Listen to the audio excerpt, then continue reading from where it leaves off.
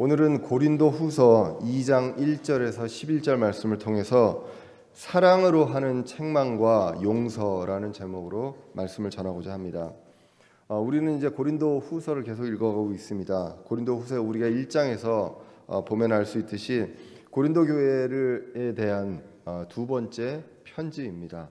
첫 번째 편지가 굉장히 이제 책망과 여러 가지 그 권면의 말씀으로 많이 이제 이루어져 있다면 이 시작되는 고린도 후서의 말씀을 통해서 보면 여러 가지 사도 바울이 고난 속에서 여러 가지 그 육체적인 고난도 있지만 말씀과 또 여러 가지 오해로 인한 고난 속에서 이 고난에 대해서 주님의 위로를 구하고 또 해명하는 그런 내용들이 이제 나와 있습니다. 그래서 사도가 하나님의 뜻대로 된 사도임을 바울이 분명하게 이제 밝히고, 그리고 고린도 교회와 그리고 아가야 지역에 있는 교회들에게 이제 편지를 쓰게 됩니다. 그러면서 이야기합니다. 하나님의 말씀을 전하고 이 사역을 하면서는 늘 고난이 따른다. 그래서 이 고난이 따르는데 고난이 더욱 풍성해 있었던 것은 내가 이 고난을 통해서 다른 사람을 위로할 수 있음을 이야기를 하게 됩니다. 왜냐하면 고난 속에서 하나님의 위로가 더욱 풍성하고요. 그리고 하나님의 건지심을 더 느끼게 된다라는 내용을 이제 이야기를 하게 됩니다. 그러면서 이제 사도 바울이 세상 사람들과 그리고 고린도 교회 사람들 모든 사람들에게 자신이 어떻게 대했는가를 이야기를 하게 됩니다. 단순함으로, 그리고 하나님께 속한 진실함으로, 그리고 육체의 지혜가 아닌 하나님의 은혜로 그 사람들에게 정말 더욱더 그렇게 대했다라고 이야기를 합니다. 결국은 무엇을 얘기하냐면 사도 바울이 여러 가지 문제로 그 고린도 교회와 방문하기로 했던 약속을 못 지키게 됩니다. 그 사람의 약속을 못 지키게 됨으로 인해서 발생하는 그 오해, 고린도 교회는 그거를 통해서 사도 바울이 과연 사도가 맞느냐를 이제 의심하게 되는 그러한 일이 발생했을 때 바울은 내 마음은 그렇지 않았다. 내가 계속 단순함과 진실함과 하나님의 은혜로 너희들에게 대했다라는 내용을 강조하게 됩니다. 그러면서 사람의 약속은 여러 가지 문제로 지켜지지 않을 수 있지만 하나님의 약속은 그렇지 않다. 하나님의 약속은 예수님 안에서 모두 다 예다라고 얘기했습니다. 예고 아멘이다, 이런 내용들을 이야기를 하게 됩니다. 그러므로 사람을 믿을 것이 아니라 하나님의 약속, 하나님의 분명한 약속, 사도 바울이 구원에 대한 복음에 대한 선포는 변함이 없지만 다른 약속들에 대해서는 차질이 있었습니다. 이런 것들은 이제 부족함이 있지만 하나님의 그 약속과 뜻은 변함이 없다. 이것을 이제 분명하게 이야기를 하게 됩니다. 그리고 이제 하루빨리 가고 싶었지만 그러지 못하는 이유를 마지막 부분에 이제 이야기를 하게 됩니다. 고린도전서에서 많은 책망의 편지들을 썼는데 이것을 쓰면서 그들이 그 편지를 읽고 바로잡을 수 있는 그 기회와 시간을 주기를 원한다라고 이야기를 합니다. 그것을 어떻게 이제 표현하냐면 내가 너희들에게 믿음을 지배하는 자가 되려 하지 않고 기쁨을 돕는 자가 된다. 너희들은 믿음으로 스스로 서는 자가 되어야 한다라는 내용을 고린도후서 1장 24절에서 이야기를 하게 됩니다. 그러므로 모든 사역자들, 말씀을 선포하는 사람들은 말씀을 선포하고 그 선포된 말씀을 받아들이고 그 성도들이 믿음 안에서 서는 것을 돕는 자이지 모든 것에서 그 성도들을 지배하는 자가 돼서는 안 된다라는 내용을 우리가 고린도후서 1장 24절을 통해서 이제 알게 되었습니다. 자, 이렇게 하고 나서 이제 2장으로 넘어오게 됩니다. 2장으로 넘어와서 보면 오늘 2장 1절에서 보면 이제 사도 바울이 계획된 변경된 계획에 대해서 이제 여러 가지 이제 해명을 하고 오해에 대한 해명을 하는 내용들이 나오게 됩니다. 자, 그러면서 이제 1장 24절에 이어서 2장 1절에도 뭐라고 나오냐 하면 그러나 내가 이것 즉 내가 무거운 마음으로 너에게 다시 나아가지 아니할 것을 스스로 결심하였나니라고 하게 됩니다. 그래서 그들을 만날 때 무거운 마음으로 만나고 싶지 않다라는 것입니다. 고린도 전서 그 첫 번째 편지를 쓰면서 그들의 마음이 무거워지고 또 내가 가서 그것을 또 다시 말로 만나서 책망하는 그러한 일이 있기를 원하지 않는다라고 그 내용들에 대해서 분명하게 이야기를 하게 됩니다. 사도 바울은 사도행전을 통해서도 보고 많은 서신서를 통해서도 보면요, 교회에 대한 걱정이 늘 있었습니다. 그런데 그것이 짐이었고, 근데 사실은 사도 바울이 남 걱정할 때가 아니라 본인이 그 말씀 전할 때도요, 엄청난 고난과 시련이 있었잖아요. 고린도후서 11장 23절 이하에서 우리가 지난 시간에도 읽었지만 많은 고난들이 있었습니다. 이 고난들이 있었지만 고린도후서 11장 28절에 보시면 그 이후에 그 많은 고난들에 대한 내용들을 이야기하고 마지막에 밖에 있는 그 일들 외에 여러 가지 고난들, 자신한테 닥치는 그 일들 외에 날마다 내게 닥치는 것이 있으니 곧 모든 교회를 위하여 염려하는 것이라 라고 이야기를 합니다. 사도 바울에게 있어서 매일 닥치는 그 큰 짐이 무엇이었냐면 교회에 대한 염려였다는 것입니다. 그 염려가 있는데, 그리고 책망을 했는데 고쳐지기 전에 그 고린도 교회를 방문한다면, 그 잘못된 것들을 고쳐지기 전에 방문한다면 다시 또 그 얘기를 꺼낼 수밖에 없고 그 책망을 할 수밖에 없는 그런 무거운 마음이라는 것입니다. 그럴 때 그렇게 가지 않기를 결심했다라고 이야기를 하게 됩니다. 2절을 보시면 그렇게 나옵니다. 내가 너희를 근심하게 하면 내가 근심하게 한 바로 그 사람 외에 나를 즐겁게 할 사람이 누구이겠느냐라고 이야기를 합니다. 근심하게 할 사람이 있습니다. 왜냐하면 그 대상을 놓고 책망을 했으니까요. 책망을 하면 그 사람은 근심하고 하나님한테 돌아올 수 있습니다. 그러면 근심하고 돌아올 사람은 사도 바울을 즐겁게 할 수 있는 사람이라는 것입니다. 2절의 말씀이 그런 것입니다. 근심하게 하면 근심하게 한 사람, 바로 그 사람 외에는 즐겁게 할 사람이 없지 않겠느냐. 그 사람이 돌아오면 내가 즐겁지만 그 외에 공개적으로 가서 내가 그 사람한테 책망함으로 인해서 다른 사람들이 근심하게 된다면 그 사람들에 대해서는 내가 즐거워할 것이 없다라는 내용이 바로 오늘 2절의 내용입니다. 자, 그렇게 하기 때문에 3절을 보시면 바울이 고린도 교회의 성도를 만날 때는 모두가 기뻐할 수 있는 그러한 만남이길 원한다. 내가 기쁘면 너희들 모두가 다 기쁠 그러한 만남이길 원하고 그것을 확신한다라고 이야기를 하고 있습니다. 그런데 지금 사도 바울의 마음은 굉장히 눈물로 근심하는 마음입니다. 눈물로 썼다고 오늘 4절에서 기록합니다. 바울이 고린도 전서를 편지로 쓴 마음이 무엇이냐면 눈물로 썼다고. 내가 마음이 몹시 괴롭고 아파서 많은 눈물로 너희에게 썼나니 라고 이제 나오게 되는 것입니다. 그래서 이것은 너희가 근심하게 하려 함이 아니요 오직 내가 너희에게 더욱 넘치게 베푸는 사랑을 너희가 알게 하려 함이다 라고 이야기를 하게 됩니다. 오늘 이 3절과 4절의 내용을 보면 뭔가 사도 바울이 강하게 책망해야 되는 사람이 있고요. 책망을 첫 번째 편지로 했고요. 그런데 이 말에 대해서 내가 직접 하면 근심한다라는 내용을 얘기를 합니다. 도대체 무슨 사건이 있었기에 이러한 내용들이 계속 나오는가? 사실은 정확하게는 고린도 교회에 있는 사람과 사도 바울밖에 이제 모르죠. 그런데 우리가 고린도 전서를 통해서 우리가 보면 어떠한 사건들이 있었을까를 유추해 볼 수가 있는데 거의 대부분의 모든 주석가들이 주석서들이 보면 고린도전서 5장에 있는 사건일 것이다라고 보게 됩니다. 고린도전서 5장에 보시면 음행한 사람이 나오게 됩니다. 그런데 어떤 음행을 했냐면 아버지의 아내와 음행한 사람이 나오게 됩니다. 그런데 이거는 이방인도 안 하는 행위라고 나오게 됩니다.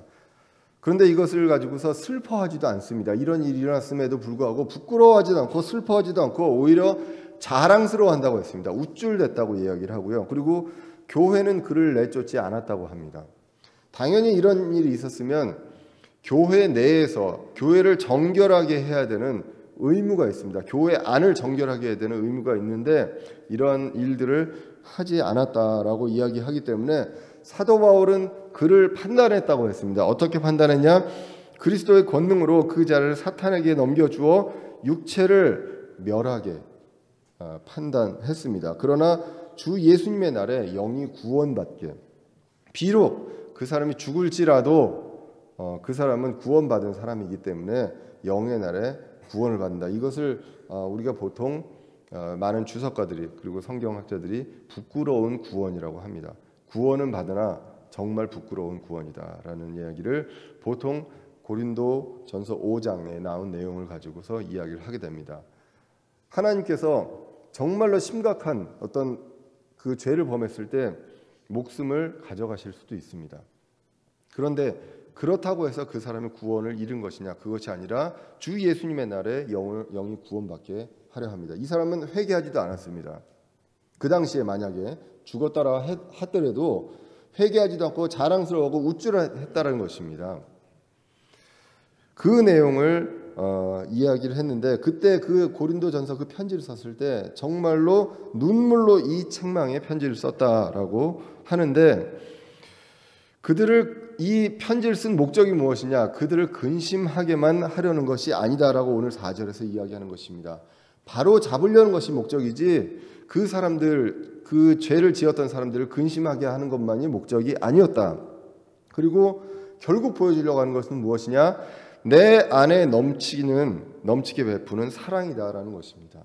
그래서 사랑으로 책망하려고 편지를 쓴 것이지, 그것을 통해서 이제 내가 너를 다시는 안 본다, 이제 내 눈앞에서 사라져라, 죽을 때까지 내가 뭐 많은 얘기들, 내 눈에 흙이 들어오기 전까지 내가 너를 안 보겠다, 이러한 마음으로 쓴 편지가 아니었다라는 것을 오늘 4절에서 이야기를 하고 있습니다. 사도 바울은 책망하고 또 복음을 전하고, 그러니까 불신자들에게 복음을 전할 때도 그렇고, 그리고 이렇게 책망할 때도 항상 눈물로, 겸손한 마음과 눈물로 이렇게 했다고 기록을 하고 있습니다. 사도행전 20장 19절에 보면, 내가 온전히 겸손한 마음과 많은 눈물과 또 숨어서 기다리는 유대인들로 말미암아 내게 닥친 시험들과 더불어 주를 섬기며 너에게 유익한 것은 어떤 것도 숨기지 아니하고 너에게 보여주며 공중 앞에서 또 집에서 집으로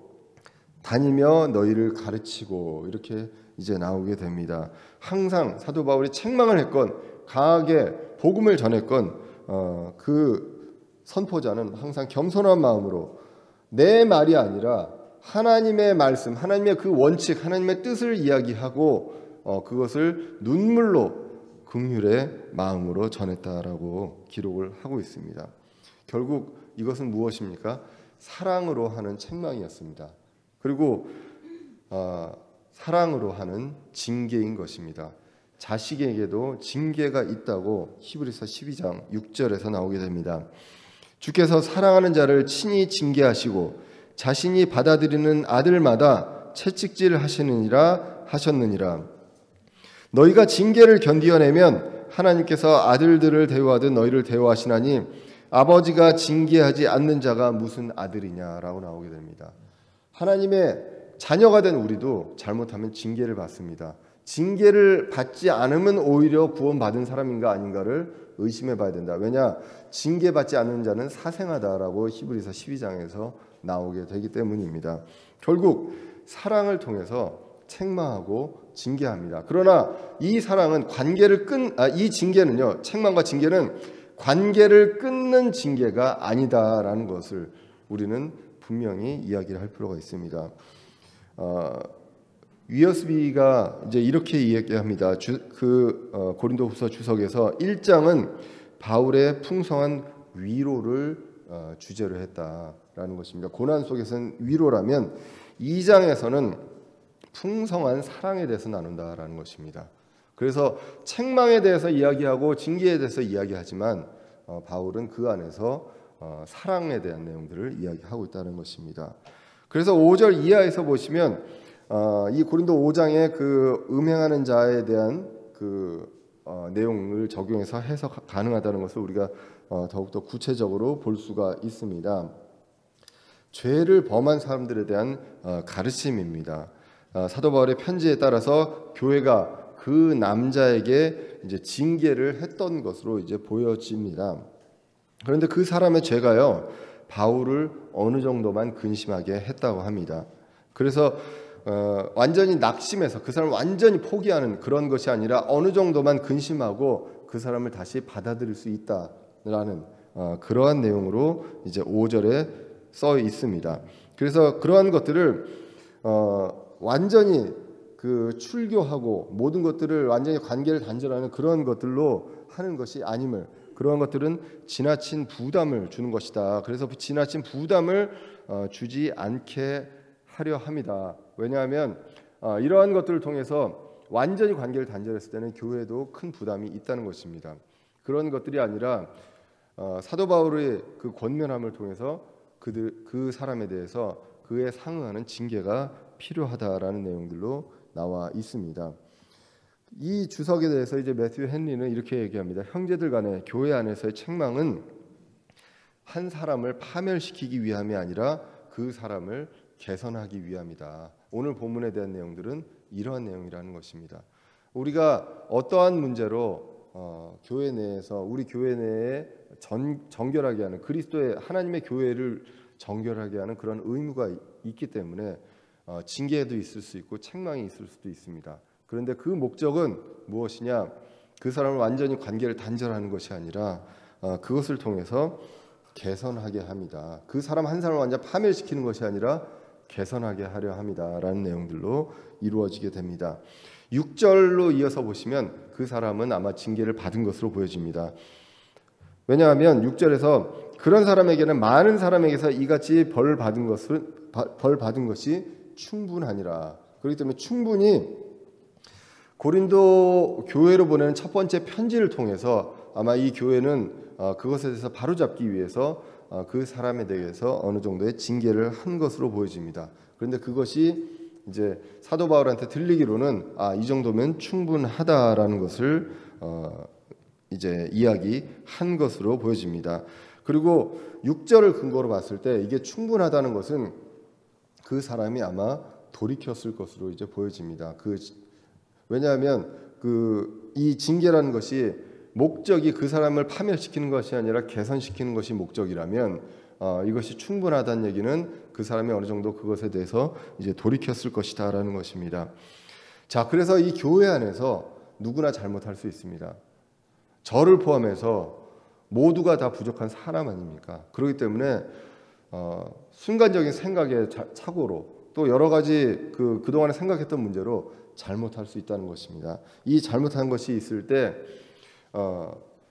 징계가 내려질 수도 있고요. 징계가 내려지기 전에 그런 문제를 자백하고 용서를 구할 수가 있습니다. 그러면 이러한 것들을 통해서 개선이 이루어질 수 있다는 것입니다.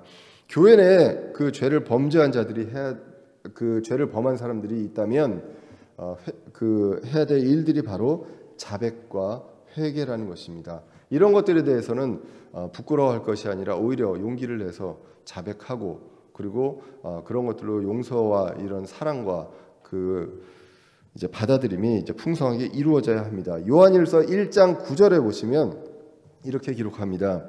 만일 우리가, 여기서 우리는 누굴까요? 구원받은 사람들입니다. 우리의 죄들을 자백하면 그분께서는 신실하고 의로우사 우리의 죄들을 용서하시며 모든 불의에서 우리를 깨끗하게 하시느니라 라고 요한일서에서 기록합니다. 그러므로 우리는 무엇을 해야 합니까? 날마다 구원받은 우리가 죄를 자백을 해야 합니다.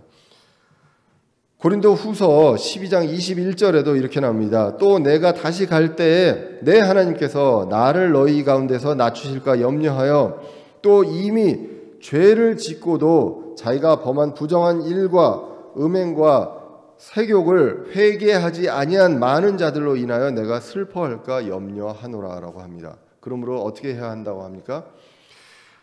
부정한 일을 하는 사람도 있고 음행을 하는 사람도 있고 세욕이 있는 사람들도 있습니다. 하지만 자백과 회개를 하면 됩니다. 회개를 안 했을 때 그것을 통해서 사도 바울이 슬퍼할까 염려한다고 이야기를 하고 있습니다. 그러므로 자백과 회개가 있어야 한다는 것입니다. 교회 내에서 이것이 오히려 교회 밖에서는 내가 잘못한 것을 어떻게 했었는지 부인하고 덮으려고 하지만 교회 내에서 이러한 것들을 자백하고 회개하고 용서해 주는 일이 더욱더 풍성하게 이루어져야 한다는 것입니다. 피터 러크만의 그 고린도후서 주석에 보면 이 자백에 대한, 오늘 본문에서 자백에 대한 어떤 규칙에 대해서 한 세 가지를 이야기하게 됩니다. 첫 번째로는 하나님께 지은 죄들은 오직 하나님께만 자백을 하면 된다라는 것입니다. 만약에 내가 하나님께 무엇이 한 게 있다면 그것은 하나님께만 자백을 하면 되고요. 그 다음에 두 번째로 다른 사람에게 지은 죄들이 있다면 하나님께 뿐만 아니라 그 사람에게도 자백을 해야 한다는 것입니다. 마태복음 5장 23절에 보시면 그러므로 내가 내 예물을 제단으로 가져오다가 너를 대적할 어떤 일이 내 형제에게 있음을 거기서 기억하거든 내 예물을 거기에 제단 앞에 두고 내 길로 가서 맨 먼저 내 형제와 화해하고 그 뒤에 와서 내 예물을 드리라라는 것입니다. 하나님한테 오기 전에 이러한 것들을 먼저 화해하고 이러한 것들을 해결하고 사람과의 관계를 해결하고 오라는 것입니다. 그러므로 우리가 사람한테 잘못한 것이 있다면 그 사람한테 자백하고 또 하나님에게도 자백하고 불신자들은 그 사람하고만 풀면 됩니다. 하지만 신자라면 사람과 하나님께 이런 것들을 자백해야 될 필요가 있다는 것입니다. 세 번째로 회중에게 지은 죄가 있다면 그 교회에 자백을 하라고 이야기합니다. 이 성경 전체로 봤을 때 이 세 가지 원칙이 있다라고 이야기를 하고 있습니다. 자, 이렇게 자백이 일어납니다. 그리고 회개가 일어납니다. 그 뒤에는 무엇이 있습니까? 바로 용서가 필요하다는 것입니다. 그것이 오늘 7절에 나오게 됩니다. 6절에서 충분한 징계를 받았다. 이거는 그의 돌이킴이 있었던 것으로 보여진다. 왜? 7절에 보시면 그런즉 너희가 오히려 반대로 그를 용서하고 위로함이 마땅하니 혹시라도 그런 사람이 지나친 근심에 잠길까 염려하노라라는 것입니다. 아마도 이 내용들로 봤을 때 용서를 해라라고 지금 이야기를 하고 있거든요. 용서를 하지 않고 아직까지도 징계가 이루어지고 계속 지속되고 있지 않나라는 거 이제 볼 수가 있습니다. 그래서 주석가들은 아마도 징계 후에 용서가 없기 때문에 그 뉘우친 사람이 계속 지나친 근심에 빠져 있는 것이 아닌가라고 우리가 볼 수가 있다는 것입니다. 고린도 교회가 그를 받아들이지 않지 않았을까라고 보게 됩니다. 그렇기 때문에 사도 바울이 권면합니다. 용서해라. 지나친 근심에 빠질 수가 있다. 그 사람이. 왜냐하면 그 사람도 죄를 짓고 엄청난 죄를 짓고 교회 내에서 이제 그 내쫓김 받거나 책망을 공개적으로 받을 만큼의 죄를 지었지만 뉘우치고 있다면 이제는 용서해 줌으로 인해서 그 지나친 근심을 덜어줄 필요가 있다는 것입니다. 그러고 나서 8절에서 이 용서가 무엇이냐? 결국은 사랑의 확증이다라고 얘기합니다. 8절을 보시면 그러므로 내가 너에게 간청하노니 너희는 그를 향한 너희의 사랑을 확증하라라는 것입니다. 결국은 여러 가지 징계를 하고 책망을 했어도 그 교회가 그 사람에 대해서 사랑하는 마음으로 했다는 그 마음을 너희가 그 사람한테 보여주어야 한다는 것입니다. 그냥 완전히 내치기 위해서 한 것이 아니라 당신을 사랑했기 때문에 우리가 이러한 책망을 했고 징계를 했다라는 것을 확증하기 위해서 용서를 해줘야 된다. 돌이킨 사람에 대해서는 용서해 주어야 한다라는 것을 분명하게 이야기를 하고 있습니다. 그러므로 용서하고 받아들이라는 것입니다. 교회 내에서 징계는요, 세상에서 징계는 우리가 징역을 살면 그냥 대가만 치르고 나오면 됩니다. 그 사람이 뉘우치건 뉘우치지 않건 나라건 법이건 상관하지 않습니다. 그냥 그 대가만 치르면 되고 만약에 뉘우친다고 하면 형이 감형이 될 수는 있습니다. 하지만 교회 내에서 징계는 사랑의 마음으로 해야 한다는 것입니다. 그리고 징계의 목적은, 징계의 방법은, 그리고 징계의 동기는 사랑의 마음이라면 징계의 목적은 회복시키기 위해서 하는 것이다 라는 것을 오늘 말씀이 분명하게 이야기를 합니다. 갈라디아서 6장 1절에서 이렇게 기록합니다. 형제들아, 만일 어떤 사람이 잘못에 빠지거든 영적인 너희는 온유의 영으로 그러한 자를 회복시키고 내 자신을 살펴보아 너도 시험에 들지 않게 하라라고 나오게 됩니다. 잘못을 하는 사람은 형제 중에도 분명히 있습니다. 우리 모두가 주님 다시 오신 날까지, 주님 만나 볼 때까지 정말로 제일 좋은 방법은 아무도 잘못하지 않고 아무도 상처 주지 않고 그냥 주님 만날 수 있고 하면 얼마나 좋겠습니까? 맨날 좋은 얘기만 하고 서로 좋은 얘기만 하고 하면 그게 가장 좋은 방법이고, 그렇지만 우리 사람이 그러한 존재가 아니라는 것입니다. 저를 포함해서 모두가 그러한 사람이라는 것입니다. 그럴 때 잘못에 빠지면 온유의 영으로 그런 자를 회복시켜야 합니다. 그리고 그렇지 못할 때는 징계를 통해서 그 사람을 회복시켜야 한다는 것입니다.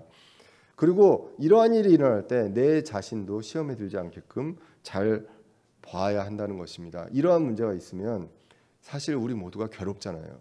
징계를 주는 사람도 괴롭습니다. 그리고 책망하는 사람도 괴롭습니다. 그것을 통해서 내가 시험에 들지 않는지 다시 한번 볼 필요가 있다는 것입니다. 그래서 그리스도가, 원칙은 그렇습니다. 그리스도가 우리를 용서하셨습니다. 예수 그리스도가 우리가 무슨 죄를 지었건 간에, 어떠한 흉악한 범죄를 지었건 간에 예수님은 십자가를 통해서 우리의 모든 죄를 용서해 주셨습니다. 그렇기 때문에 우리를 용서하신 것 같이 우리도 서로 용서하고 회복시켜야 한다는 것. 에베소서 4장 32절에 보시면 서로 친절히 대하며 상냥한 마음을 품고 서로 용서하기를 하나님께서 그리스도로 인하여 너희를 용서하신 것 같이 하라라고 말씀하고 있습니다. 자, 그렇게 해서 이 편지를 쓴 것은 어떠한 목적이었느냐, 9절에 나오게 됩니다. 바울이 고린도 교회가 하나님의 말씀을 근거로 그 명령에 대해서, 바울의 명령에 대해서 순종했는지, 바울은 하나님의 말씀을 근거로 명령합니다. 그 명령에 순종했는지 그 증거를 알기 위해서 썼다고 9절에 기록하게 됩니다. 결과적으로 그들은 순종했던 것으로 보여집니다. 원래 그런 것들을 서로 우쭐대고 자랑하고 이런 분위기였다가 고린도로 보내는 첫 번째 편지를 보고 그들은 돌이키고 징계를 하고 책망하고 이러한 일들을 순종하고 했던 것으로 이제 보여집니다. 그래서 이제는 용서가 필요하다고 기록을 하고 있습니다. 오늘 10절에 보시면 너희가 누구에게 어떤 일을 용서하면 나도 용서하노라. 그 사람이 있습니다. 잘못한 사람이 있습니다. 고린도 교회가 용서했습니다. 그 용서했다는 사실만 가지고 사도 바울도 그 사람을 용서할 것이다 라고 이야기를 합니다. 만나지 않고 그렇지 않아도 같은 지체가 용서했습니다. 그러면 사도 바울도 용서할 것이다. 만일 내가 누구에게 어떤 일을 용서하였다면 내가 그것을 용서한 것은 그리스도를 대신하여 너희를 위해 한 것이다 라고 기록을 하고 있습니다.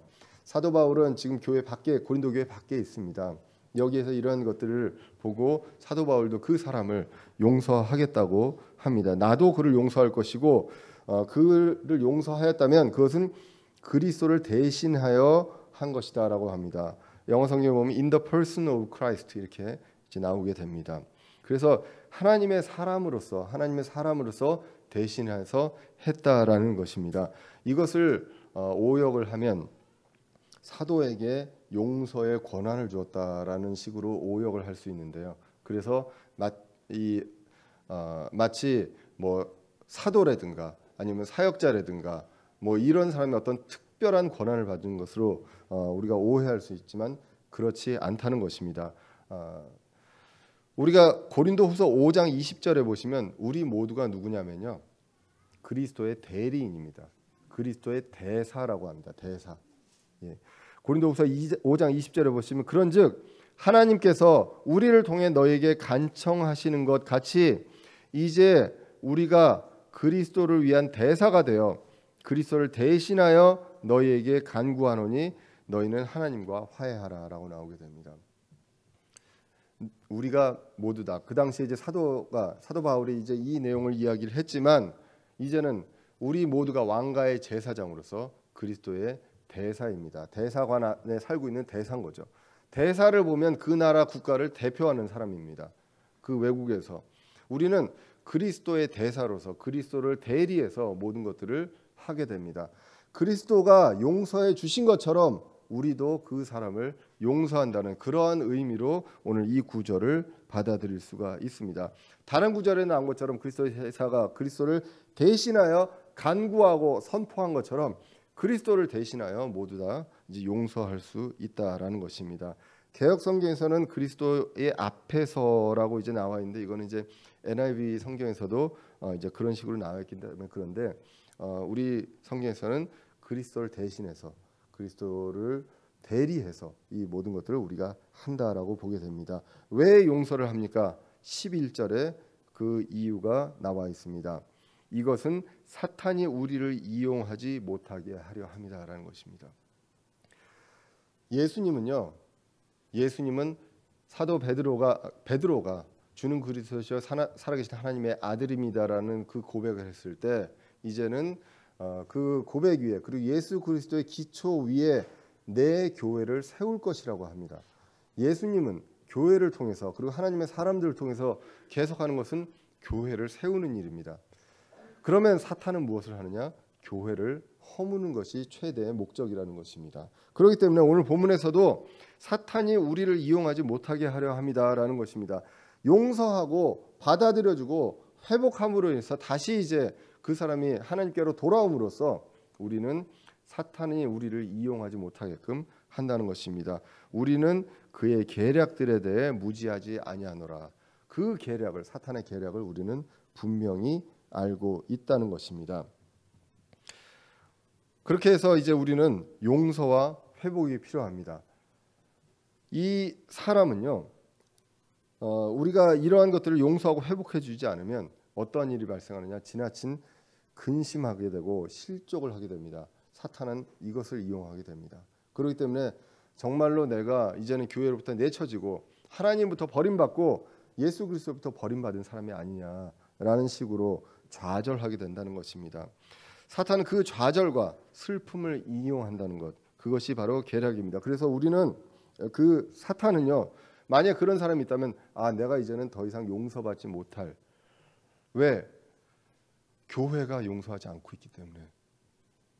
교회가 용서하면 그것은 그리스도를 대신해서 용서하는 것입니다. 예수 그리스도가 그를 용서한 것처럼 우리도 용서했다는 것인데 그렇지 않다면 거꾸로 예수님이 나를 용서해 주지 않는 것 아닌가라는 그 좌절까지 갈 수 있고 그것을 사탄은 원한다는 것입니다. 그렇기 때문에 우리는 회개하면 용서와 회복이 있다는 것을 분명하게 이야기합니다. 로마서 8장 38절에 보시면 내가 확신하노니 사망이나 생명이나 천사들이나 정사들이나 권능들이나 현재 있는 것들이나 장래 있는 것들이나 높음이나 기쁨이나 다른 어떤 창조물이라도 능히 우리를 그리스도 예수 우리 주 안에 있는 하나님의 사랑에서 떼어놓지 못하리라. 그 어떤 것도 사망도 생명도 모든 것도 그렇게 할 수 없다라는 것을 이야기합니다. 근데 이런 생각을 못하게 하고 좌절하게 하고 기쁨을 빼앗고 슬픔에 빠져서 실족하게 만드는 이것이 바로 마귀의 계략입니다. 마귀는 이런 것들을 어떻게 합니까? 속이면서 합니다. 그래서 마귀의 이름이 무엇입니까? 속이는 자입니다. 요한계시록 12장 9절에 보시면 그 큰 용 저 옛 뱀 곧 마귀라고도 하고 사탄이라고도 하며 온 세상을 속이는 자가 내쫓기더라라고 나오게 됩니다. 그렇기 때문에 어떻게 해서든지 말씀을 통해서라도 속이려고 하는 것이 바로 사탄의 계략입니다. 그래서 이 속이는 자를 통해서 이 속이는 것을 통해서 회복할 수 없게끔 만드는 그 시리에 빠져서 정말 좌절하게 만드는 그러한 일들을 하는 것이 사탄의 계략이기 때문에 이 계략을 우리는 잘 안다. 그렇기 때문에 우리는 이러한 것들을 용서와 회복으로 다시 받아들임으로 우리가 하나님의 교회를 세워야 한다는 것입니다. 오늘 본문을 통해서 우리가 이제 알 수 있습니다. 물론 사도 바울이 고린도 교회를 대상으로 했습니다. 하지만 이러한 문제들 어느 교회든지 일어날 수가 있습니다. 교회 안에도 여러 문제가 있습니다. 왜? 우리 모두가 완벽한 사람이 아무도 없기 때문입니다. 부족한 사람이고요. 그리고 우리들만의 자라온 어떤 철학이 있고 가치관이 있습니다. 거기서 나오는 우리들만의 자신들만의 언어가 다 다릅니다. 그렇기 때문에 진실과 자신의 어떤 진심과 본심과 달리 듣는 사람들로 하여금 오해를 하는 말을 비일비재하게 하게 된다는 것입니다. 그런 것들로 오해가 생깁니다. 오죽하면 지금 사도 바울과 고린도 교회도 서로가 오해가 있겠습니까? 이러한 오해들이 있는 것처럼 오해가 있고요. 그리고 또 오해가 아니더라도 사악한 죄가 있을 수 있습니다. 고린도 교회처럼 이러한 죄가 있을 수 있고 죄를 범한 사람이 있을 수 있습니다. 그냥 온유한 마음으로 용서하고 받아들일 수 있는 것이 아니라 반드시 징계가 필요한 그런 죄가 있을 때도 있습니다. 이럴 때 우리가 오늘 말씀을 근거로 해야 될 그런 징계에 대한 규칙이 있습니다. 첫 번째가 바로 책망과 징계인데요. 주의 뜻에 근거해서 하나님의 뜻에 근거해서 책망과 징계를 해야 한다는 것입니다. 눈물로 해야 합니다.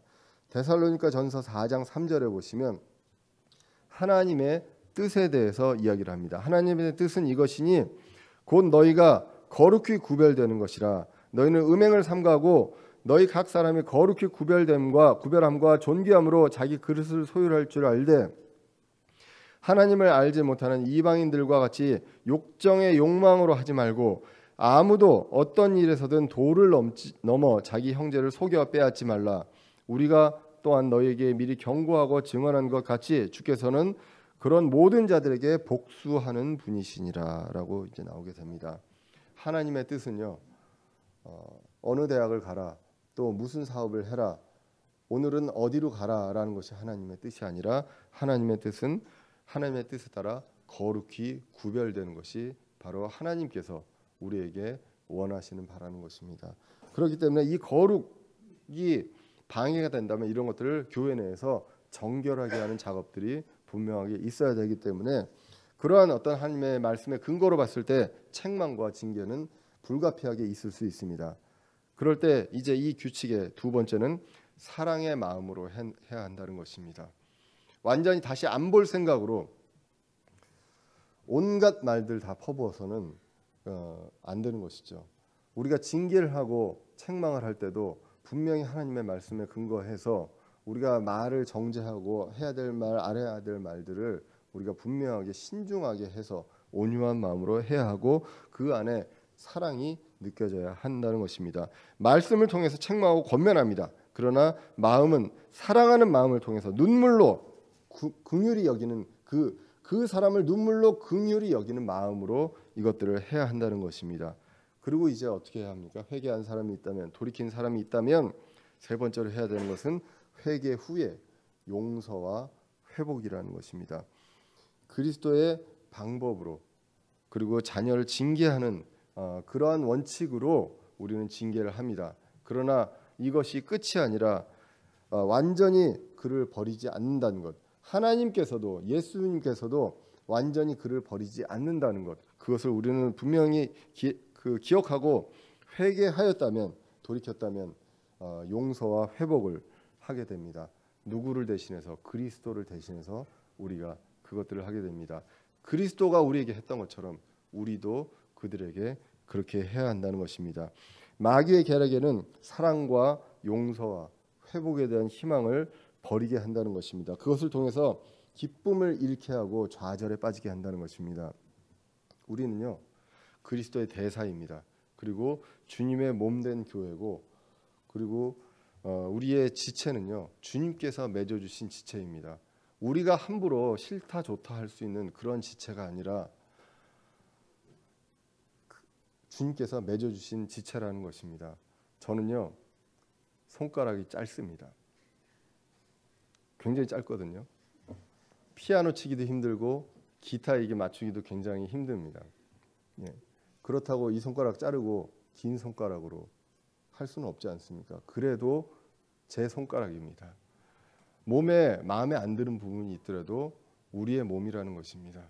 그렇기 때문에 하나님께서 우리 교회를 통해서 맺어주신 지체가 있다면 우리는 하나님께서 맺어주신 것이지 내가 내 의지로 만났다고 생각하지 마시고 주님 다시 오시는 날까지요, 서로 기쁨이 되기 위해서 때로는 책망하지만 사랑으로서요 용서하고 회복해서, 그래서 결국은 이런 회복을 통해서 더욱더 큰 기쁨이 넘치는 교회로 만들어 가야 하겠습니다.